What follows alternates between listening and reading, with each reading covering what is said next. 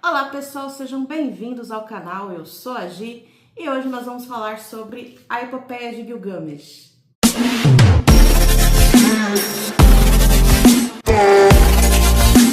Oi gente, tudo bem com vocês? Bom, hoje então vamos dar continuidade aqui à nossa conversa sobre a Mesopotâmia, sobre a região do Oriente Próximo. E hoje nós vamos falar sobre o ponto de vista da cultura, da literatura, e vamos conversar bastante sobre esse livrinho aqui, a Epopeia de Gilgamesh. Como é a primeira vez que eu vou trazer um livro de literatura propriamente dito, esse vídeo ele vai conter spoiler. A ideia é que a gente converse sobre esses livros de literatura que eu vou trazer para o projeto na íntegra, para que a gente consiga pegar aqui muito dos aspectos culturais, tentar de alguma forma compreender melhor estas sociedades também a partir das expressões culturais que elas produziram. E a literatura é uma dessas expressões, então por isso nós vamos falar aqui no projeto sobre muitos livros de literatura. Gilgamesh é apenas o primeiro deles.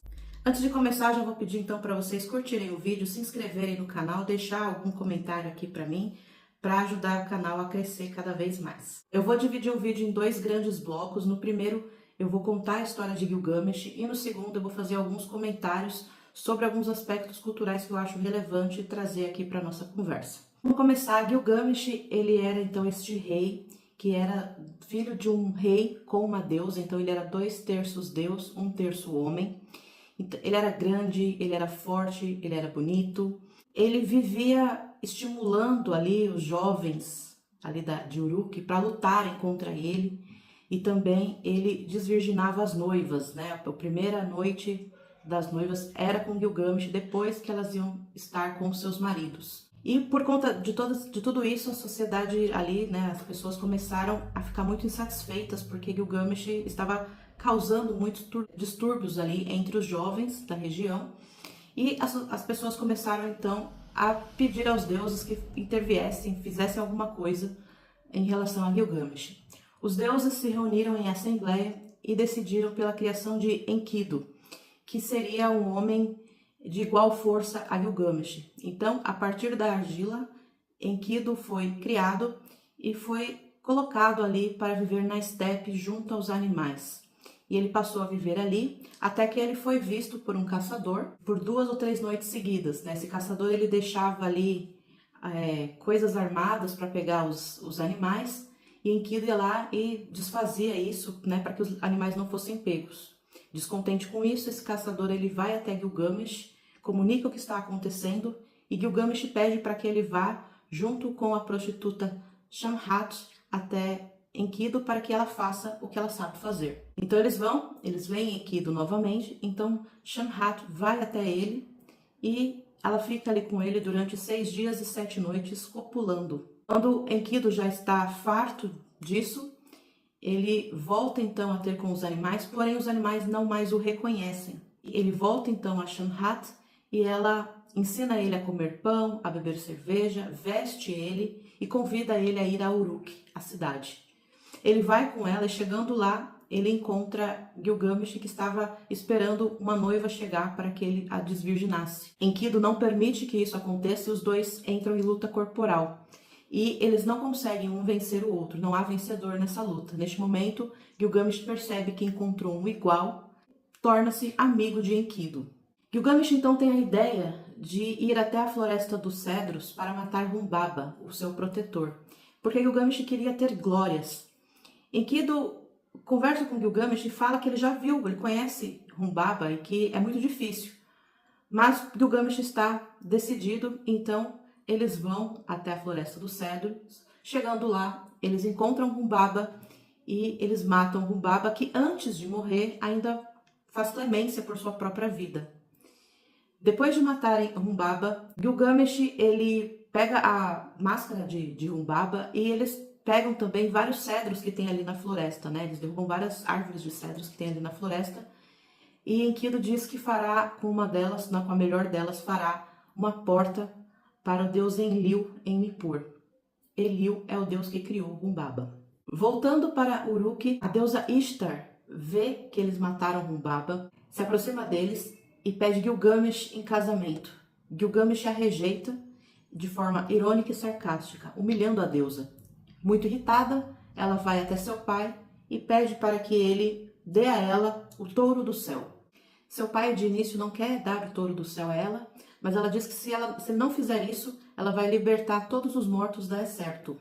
Então ele entrega o touro do céu para ela, e quando ela chega em Uruk com ele, a sua pisada e os seus bufos causam tremores de terras e muitos jovens morrem. Enkidu consegue pegar ele pelos chifres e eles matam também o touro do céu e todos festejam em Uruk. Os deuses se reúnem novamente em assembleia e decidem pela morte de Enkidu, que logo em seguida já cai doente. Após 12 dias de sofrimento, Enkidu morre e Gilgamesh, diante do corpo inerte de seu amigo, dá-se conta da sua própria mortalidade, uma vez que Enkidu é um igual a ele.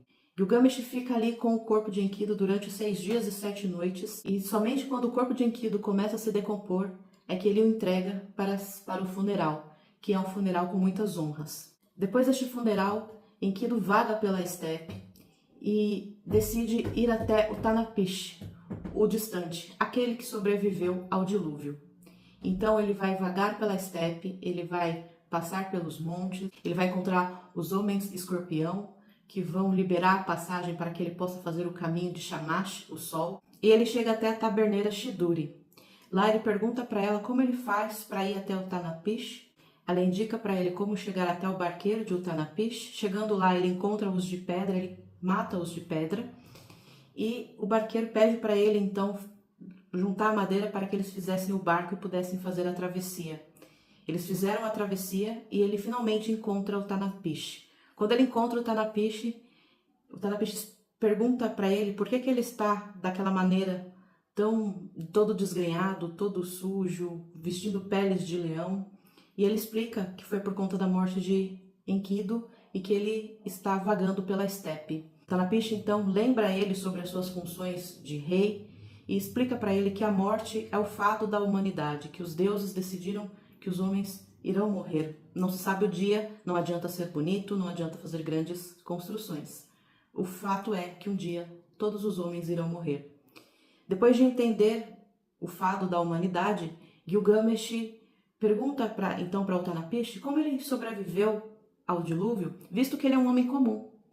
Então Utanapish conta para ele como ele sobreviveu ao dilúvio e dá uma prova para Gilgamesh. Fala: Gilgamesh, se você ficar acordado por 6 dias e 7 noites, talvez os deuses se reúnam para interceder de alguma forma por você. Porém, Gilgamesh não consegue passar na prova. Ele dorme. Diante disso, o Utanapish acorda ele e orienta ele a voltar para Uruk pelo mesmo caminho que ele veio. Antes dele sair, a esposa de Utanapish intercede por Gilgamesh e pede para que o marido fale para ele onde está a planta da juventude. Ele explica então para Gilgamesh como encontrar. Gilgamesh encontra esta planta, porém no caminho ele para ali para tomar um banho e uma cobra come a planta e troca de pele. Gilgamesh, muito triste, então percebe que nem a juventude ele terá. Eles pegam o barco e vão para Uruk. Chegando em Uruk, Gilgamesh vê a cidade e pede para que o barqueiro dê a volta em toda a muralha de Uruk. E aí, dando esta volta, eles conseguem perceber, ele mostra a grandeza de Uruk para o barqueiro. E assim finaliza a história de Gilgamesh. Esse livro, então, ele é dividido em 12 tabuinhas. Essa história que eu contei para vocês, ela passa entre a tabuinha 1 e a tabuinha 11, porque a tabuinha 12, ela é uma continuação, mas ela fica meio perdida nesse enredo, ela não se encaixa. Então, por isso que eu contei até a tabuinha 11. E na primeira tabuinha, o que a gente tem no início da história é uma grande exaltação a Gilgamesh, uma grande exaltação a esse rei, que fala sobre os seus grandes feitos. Importante saber que o Gilgamesh, ele consta na lista real suméria, tá? Muito provavelmente ele foi um rei que existiu de fato, e na lista real suméria ele é o 5º rei após o dilúvio. E ele é conhecido por ter reconstruído a cidade de Uruk e principalmente pela construção da muralha de Uruk, que é aquilo que traz segurança, os grandes muros da cidade, que traz segurança para as pessoas que ali moravam, Então, esses feitos de Gilgamesh, que constam na primeira tabuinha, eles podem ser divididos em 3 grandes temas, o tema da civilidade, o tema da imortalidade e o tema da memória. Então, na civilidade, aparecem os feitos dele na própria cidade. Então, a muralha, que ele cavou novos poços, as passagens que ele abriu no caminho ali das montanhas. Em relação à imortalidade, é o fato dele ter atravessado, né, dele tudo saber, dele ter feito o caminho do sol nas montanhas, dele ter ido até o Tanapish. E em relação à memória, porque ele também reconstruiu os templos e instituiu os ritos. Então são nesses 3 grandes aspectos que surgem esses feitos de Gilgamesh, aqui na primeira tabuinha, né, no início da história. E Enkidu? Enkidu seria esse homem primevo, né, esse homem que vive na natureza, entre os animais, que ele é alheio à cultura urbana. Esse tempo que ele passa com Shamhat, que é uma personagem extremamente importante na história, é o período em que ele vai ganhar a humanidade, né?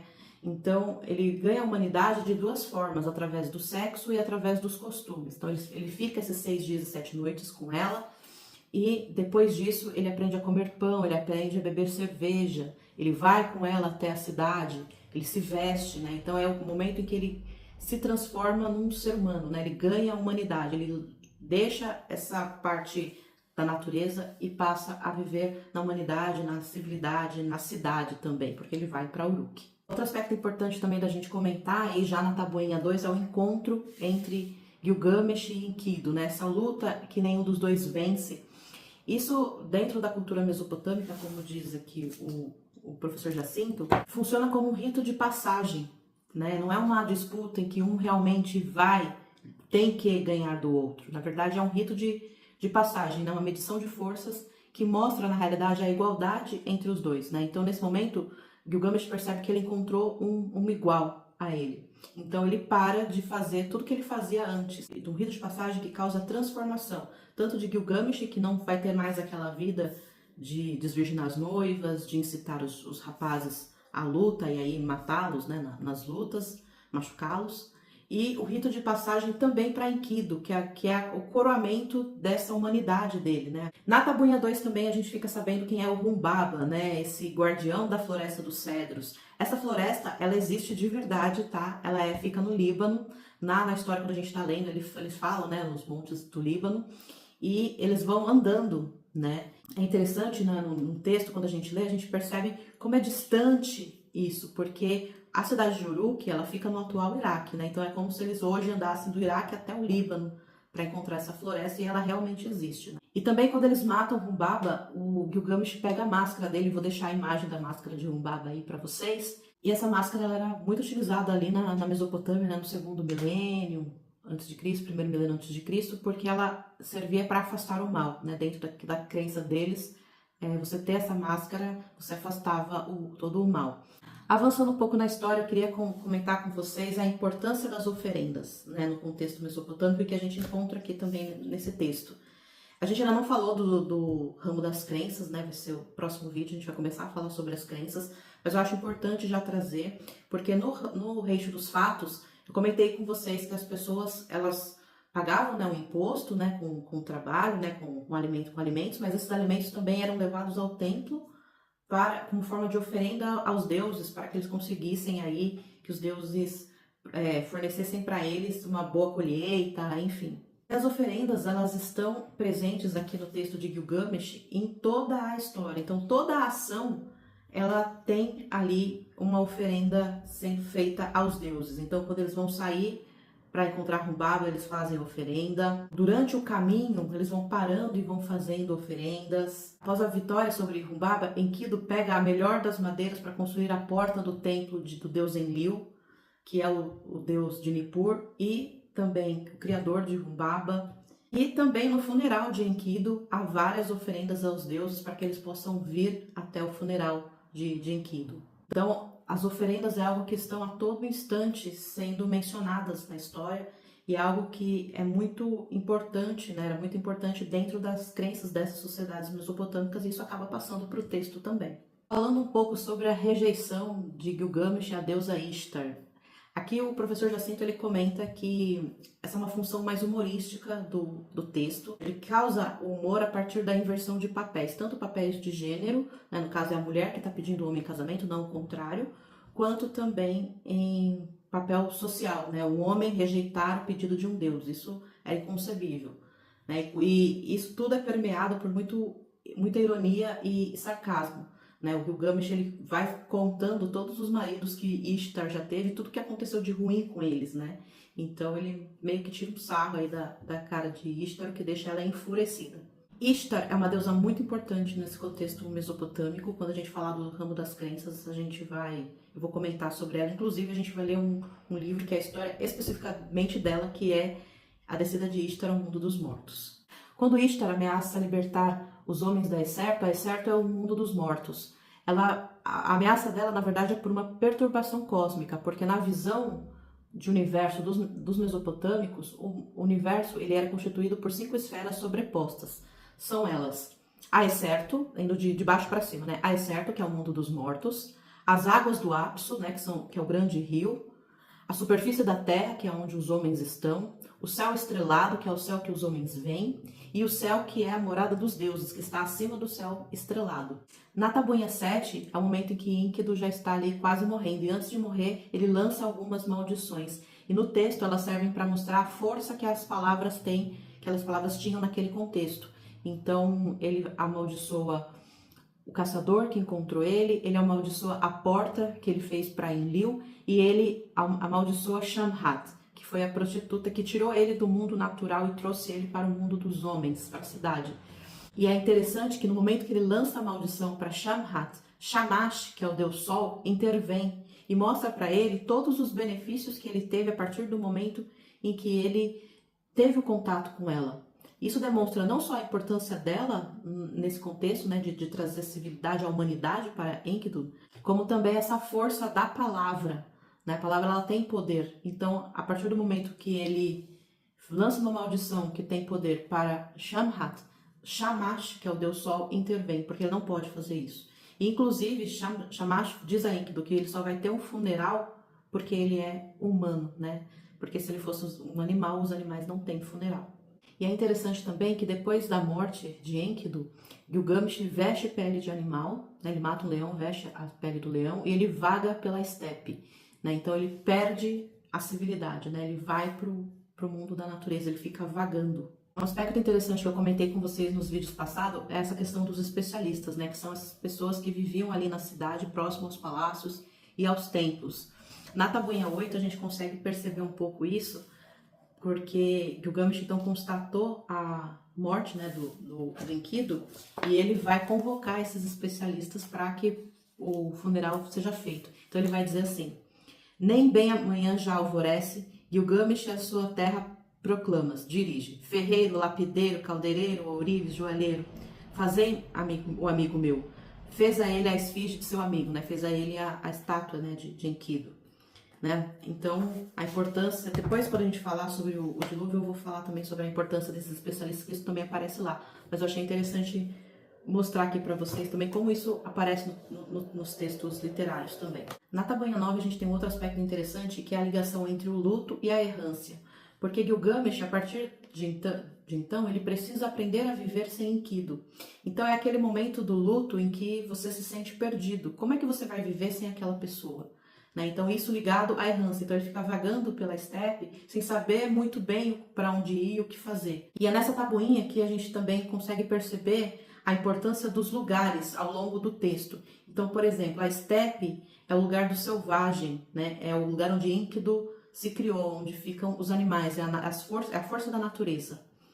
A cabana dos pastores, que é um lugar que aparece também, é o espaço humano, mas que não é urbano, né? Onde fica o caçador, por exemplo, né? Onde mora o caçador. Também a gente pode pensar que é o lugar da agricultura, né? Onde estão os agricultores, os pastores, os caçadores. A cidade, né? O professor Jacinto ele diz que é a civilização, é a criação humana por excelência. Então tudo que está ali na cidade, né? Os templos, os palácios, as casas, os canais, os diques, então tudo aquilo que está criado ali na cidade, tudo aquilo é criação humana. Então a cidade ela é a criação humana por excelência. A floresta dos cedros, ela é o espaço não humano, ela é a força da natureza por excelência, é o lugar que dá medo, é o lugar hostil.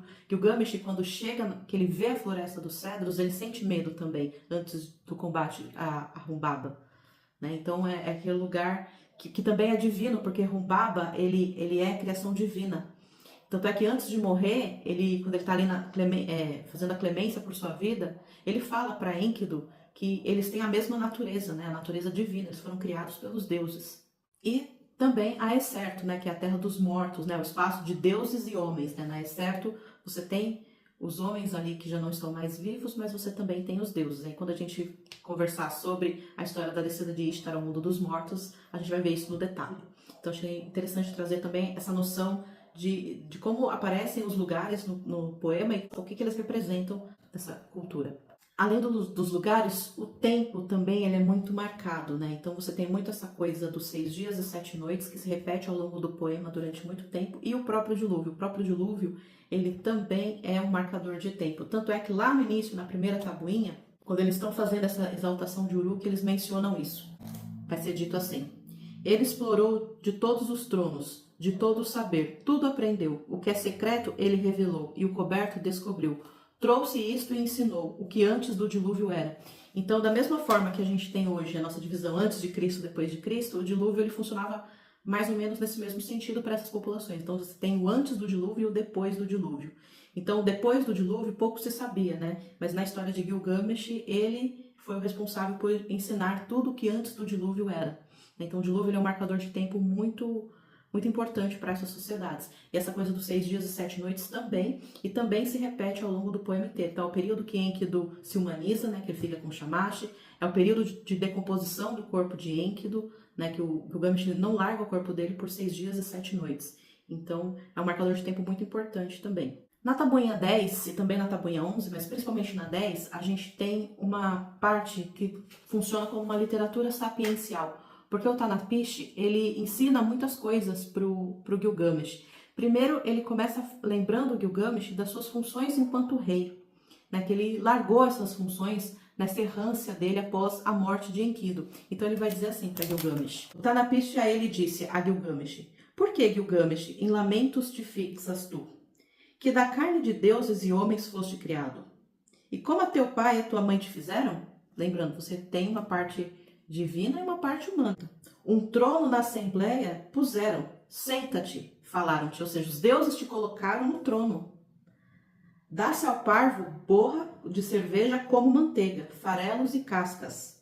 Cuida dele, Gilgamesh, senhor dele. Ou seja, você não pode andar como um parvo, você tem que cuidar dos parvos, você é um rei. Né? Então, o Utnapishtim, depois de toda, né, essa epopeia, né, todo esse andar, né, essa errância, né, quando ele chega lá, que ele encontra o Utnapishtim lembra para ele que ele é um rei, que ele precisa cumprir as suas funções de rei. Né? Ele foi escolhido pelos deuses, né? Lembra que eu falei no vídeo passado sobre isso? O rei era rei porque ele era escolhido pelos deuses, né? Então no trono puseram-te, né? Em assembleia decidiram por ti. Então você tem que fazer as suas funções de rei.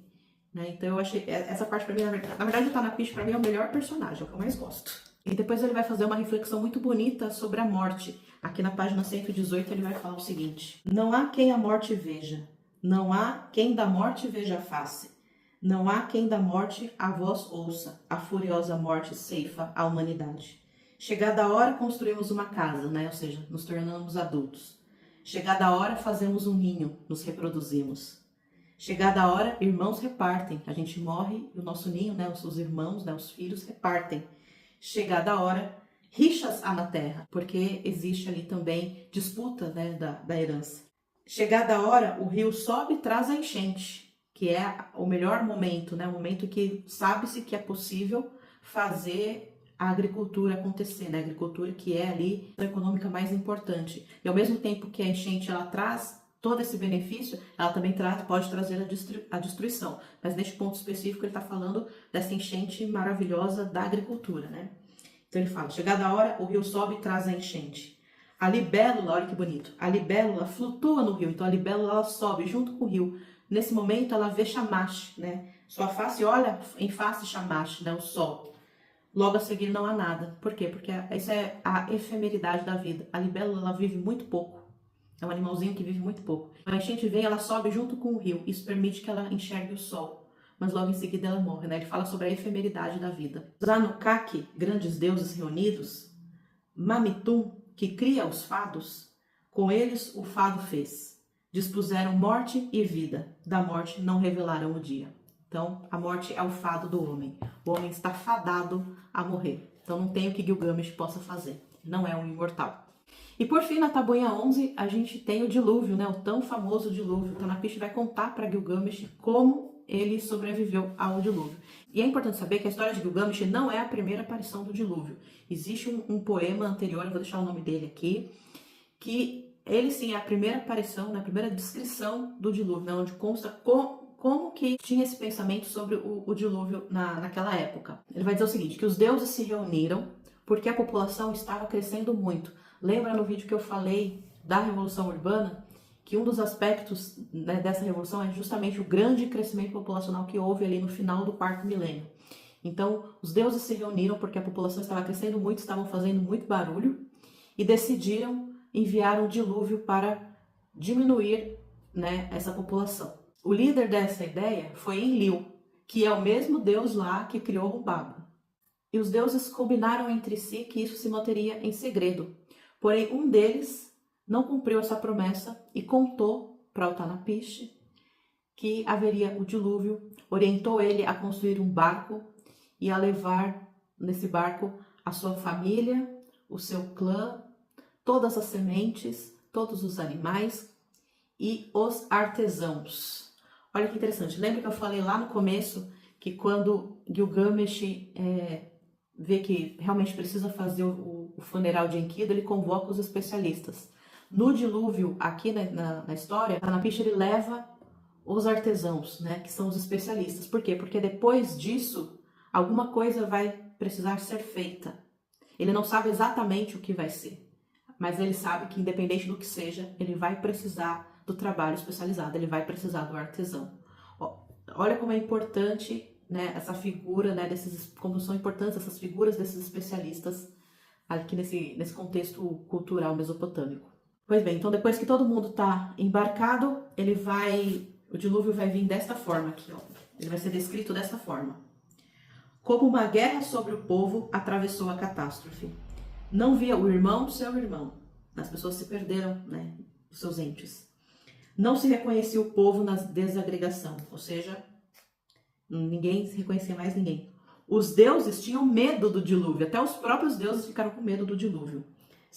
Subiam ao céu de Anu. Os deuses, como cães encolhidos, fora deitavam, né? Ou seja, até os deuses ficaram com medo do dilúvio. E como que acabou o dilúvio? O 7º dia ao romper, adivinha quanto tempo teve o dilúvio? 6 dias e 7 noites, pois é. O 7º dia ao romper, amainou o vendaval, amainou o dilúvio, sua guerra. O que lutou como em trabalho de parto, descansou, o mar. Então o dilúvio foi tão forte que o mar, ele lutou, né, ele cresceu, ele se fez como se, né, se moveu como que nas dores de um parto. Olha só. Calou-se a tormenta, o dilúvio estancou. Olhei o dia, posto em silêncio, e a totalidade dos homens tornara-se barro, ou seja, os homens morreram. E aí ele vai mandar umas aves para ele ver, primeiro a pomba, depois uma andorinha, elas voltam, e aí por fim ele manda um corvo que não volta. E aí é chegado o momento da reconstrução. E aí antes de iniciar a reconstrução, ele também faz oferendas aos deuses, lembrando a importância das oferendas. Enlil fica muito bravo quando ele descobre que Utnapishtim sobreviveu, né, que um dos deuses tinha descumprido a promessa, e os deuses se reúnem então, dão a imortalidade ao Utnapishtim, porém ele vai morar distante, né? Ele é o distante, ele vai morar longe. Então essa é a história do dilúvio que o Utnapishtim conta para Gilgamesh, né? Baseada nesse poema mais antigo. E já que a gente está falando nisso, é importante falar um pouco sobre como essa história foi construída, né? Escrito então nesta versão que a gente tem aqui, a partir dos textos de Sinlek Unini, que viveu ali no século 13 a.C., mais ou menos. O que ele fez? Ele juntou todas as versões dessa história. Essa é uma história que tem muitas versões, que circulou bastante. Aqui nos comentários, o professor Jacinto, ele fala sobre as ligações dessa história com Ilíada e Odisseia. Não, os gregos sabiam dessa história. As ligações com a Bíblia, que são óbvias, né? Enkidu como um Adão, o próprio dilúvio, enfim. Então, em outras passagens também ele menciona. Então, é um texto que circulou bastante, que estava muito no imaginário, né, social durante pelo menos aí 2 milênios. Então, o Sinlek Uni, o que ele faz? Ele junta todas essas versões e ele faz um texto que é um texto mais coeso, assim, com início, meio e fim. As tabuinhas, né, elas foram localizadas no século XIX, em Nínive, né, no sítio de Nínive, na biblioteca de Assurbanipal. Nunca sei falar o nome desse rei, vou deixar escrito aqui. E foi a primeira vez que foi lido o relato do dilúvio fora da Bíblia, né, fora do Antigo Testamento. Então imagina a surpresa que isso não causou ali para os ingleses, né, foram os ingleses que encontraram ali nesse sítio arqueológico de Nínive. A última tabuinha, que é uma tabuinha que fala, que é uma parte ali da história da tabuinha 5, ela foi encontrada em 2011, inclusive em entrevista, eu vi várias entrevistas do professor Jacinto, em entrevista ele conta que ele já tinha terminado a tradução quando em 2011 foi encontrada essa tabuinha que completava o texto da tabuinha 5, né, que era o complemento, e aí ele precisou refazer ali, modificar, estudar, enfim, aí esse texto aqui ele foi finalizado mesmo e lançado em 2017. Essa versão aqui, que é essa capa verdinha, onde tem todos os comentários do professor Jacinto, eu recomendo muito essa edição. A outra, que é uma capa azul, ela tem só o poema mesmo, ela não tem os comentários, mas os comentários eles ajudam muito a entender. Eu trouxe algumas coisas para vocês, mas, por exemplo, tudo o que é relativo a escolhas de tradução, os textos que o professor Jacinto se utilizou para facilitar a tradução dele, como ele adaptou para o nosso idioma para que o poema ganhasse sonoridade. Então, tudo isso ele também comenta aqui, essa parte mais da língua, né, da tradução. Isso eu nem entrei nesse mérito, né? Então, se você é uma pessoa que entende tradução, que estuda tradução, é uma aula esse livro aqui. E ele é muito completinho, assim, em todos esses aspectos. Então, por isso que eu recomendo sempre essa edição aqui. Tá certo? Então é isso, espero que vocês tenham gostado do vídeo. Acho que esse vídeo ficou um pouco longo, mas tudo bem. Espero que vocês tenham gostado do vídeo. Não se esqueça de curtir, comentar e compartilhar. Grande beijo para vocês e até mais. Tchau!